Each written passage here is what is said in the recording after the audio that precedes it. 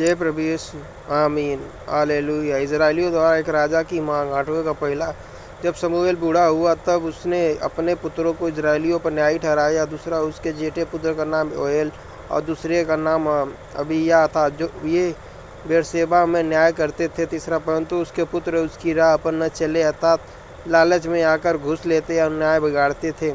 चौथा, तब सब इजराइली वृद्ध इकट्ठा होकर रामा में शमूएल के पास जाकर पांचवा उससे कहने लगे, सुन, तू तो बहुत अब बूढ़ा हो गया और तेरे पुत्र तेरी राह पर नहीं चलते। अब हम पर न्याय करने के लिए सब जातियों की रीति के अनुसार हमारे लिए एक राजा नियुक्त कर दे।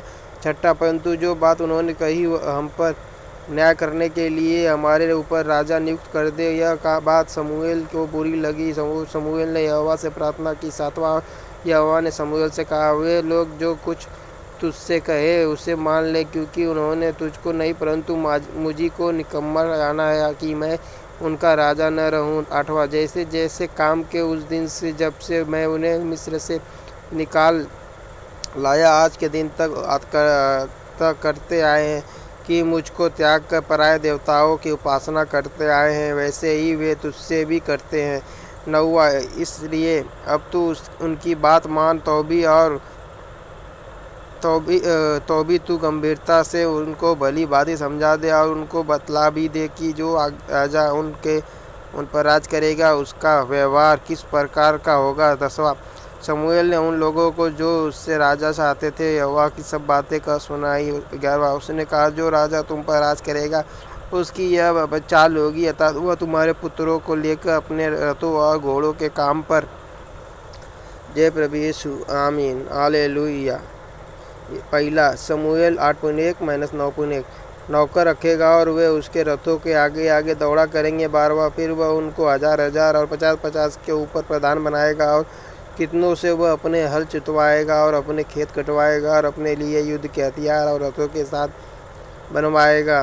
13वां, फिर वह तुम्हारी बेटियों को लेकर उनसे सुगंध द्रव्य और रसोई और रोटियां बनवाएगा। 14वां, फिर वह तुम्हारे खेतों और दाख और जैतून की बारियों में से जो अच्छी से अच्छी होंगी उन्हें लेकर अपने कर्मचारियों को देगा। फिर 15वां, फिर वह तुम्हारे बीज और दाख की बारियों का 10वां अंश लेकर अपने हाकिमों और कर्मचारियों को देगा। 16वां, फिर वह तुम्हारे दास दासियों को और तुम्हारे अच्छे से अच्छे जवानों को और तुम्हारे गधों को भी लेकर अपने काम में लाएगा। 17वां, वह तुम्हारी भेड़ बकरियों का 10वां अंश लेगा। इस प्रकार तुम लोग उसके दास बन जाओगे। 18वां, उन दिन तुम अपने उस चुने हुए राजा के कारण दुहाई दोगे यहोवा, परंतु यहोवा उस समय तुम्हारी न सुनेगा।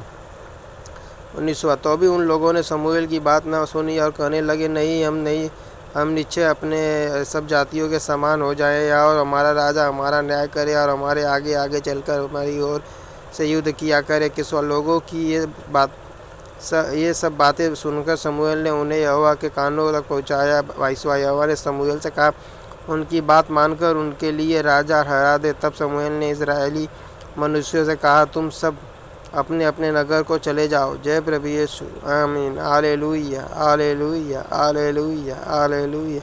हालेलुया। जय प्रभु यीशु। आमीन। जय प्रभु यीशु। पापों और गलतियों को क्षमा करना, मुझे आगे बढ़ने की शक्ति प्रदान करना और मेरी गलतियों को क्षमा करना। जय प्रभु यीशु। आमीन।